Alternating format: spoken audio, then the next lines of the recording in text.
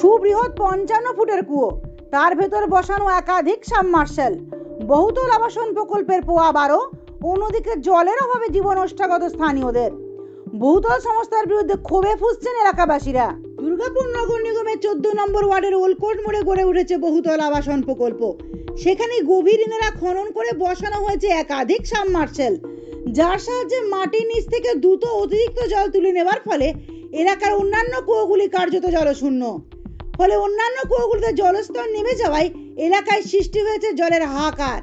আমাদের বাড়িতে সবার কুয়োতে জল নেই, সবার বাড়িতে দেখছি একটু করে জল শুকিয়ে যাচ্ছে, পরের দিন দেখছি যে না একদম শুকিয়ে যাচ্ছে, মাটি দেখা যাচ্ছে। এত বড় গর্ত করছে, আমরা সে তো জানি না, আমরা দেখছি ছাদে থেকে যে হ্যাঁ মাটি কুড়ছে, তো জানি না যে এরকম কুয়ো করছে।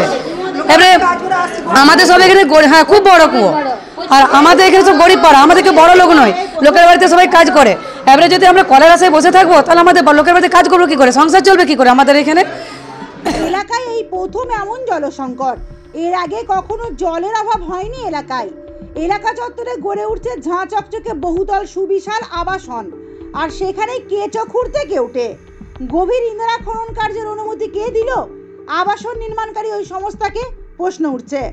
বহুতল নির্মাণকারী সংস্থার ম্যানেজারের বক্তব্য, দুর্গাপুর নগর নিগমের সঙ্গে এ ব্যাপারে কথাবার্তা হয়েছে।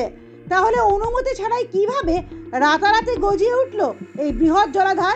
ये हम लोग कुआं बना रहे हैं वहाँ पे। डीएमसी से बात चल रहा है, बात हुआ नहीं है। जल संकट बोले हैं डीएमसी को, जल संकट है हमारा।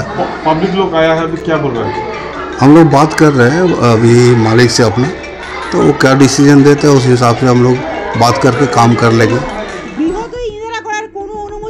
বহুতল নির্মাণকারী সংস্থার, তবে এভাবে এতগুলো মানুষের অসুবিধা করে কোনো কুয়ো করা যাবে না, এমনই স্পষ্ট হুঁশিয়ারি দুর্গাপুর নগর নিগমের প্রশাসক মণ্ডলীর সদস্য রাখি তিওয়ারি। করা হচ্ছে তো আমি জানতাম না যে কর্পোরেশনের পারমিশন আছে কি না, তাই আমি আমাদের চেয়ারপারসন ম্যাডাম এবং জল দপ্তর ইঞ্জিনিয়ার সবাইকে ডেকে ম্যাডামের রুমে দিয়েছিলাম।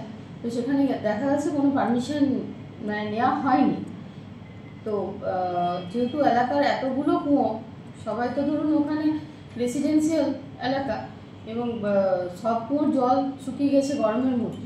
তো আমরা চাইবো যে এখন কুয়োটা বন্ধ থাকুক, যাতে কুয়োটা না করা হোক এবং করা হয়, এবং নিশ্চয়ই যে ফ্ল্যাট বানাচ্ছে ওনাদেরকেও তো কর্পোরেশনকে জলের কিছু সোর্স আলাদা কিছু তো দিতে হবে। তো সেটা ওনারা আসুক, আমরা কর্পোরেশনে বসে জল দপ্তর বসে ঠিক করবে যে কীভাবে ওনারা জল পাবেন, ওনার ফ্ল্যাটের মানুষ জল পাবে। কিন্তু এইভাবে এত মানুষের অসুবিধা করে কোনো করা যাবে না। আমি চেয়ারপারসনের সাথে কথা বলেই আমি এদিন বহুতল নির্মাণকারী ওই সংস্থার কার্যকর্তাদের এলাকাবাসীরা স্পষ্ট জানিয়ে দেন অবিলম্বে বন্ধ করতে হবে এই বৃহৎ কুয়ো, নইলে বৃহত্তর আন্দোলনে নামবেন তারা। দুর্গাপুর থেকে অন্তরা সাধুর প্রতিবেদন, সমাজ পরিবর্তনে মানুষ।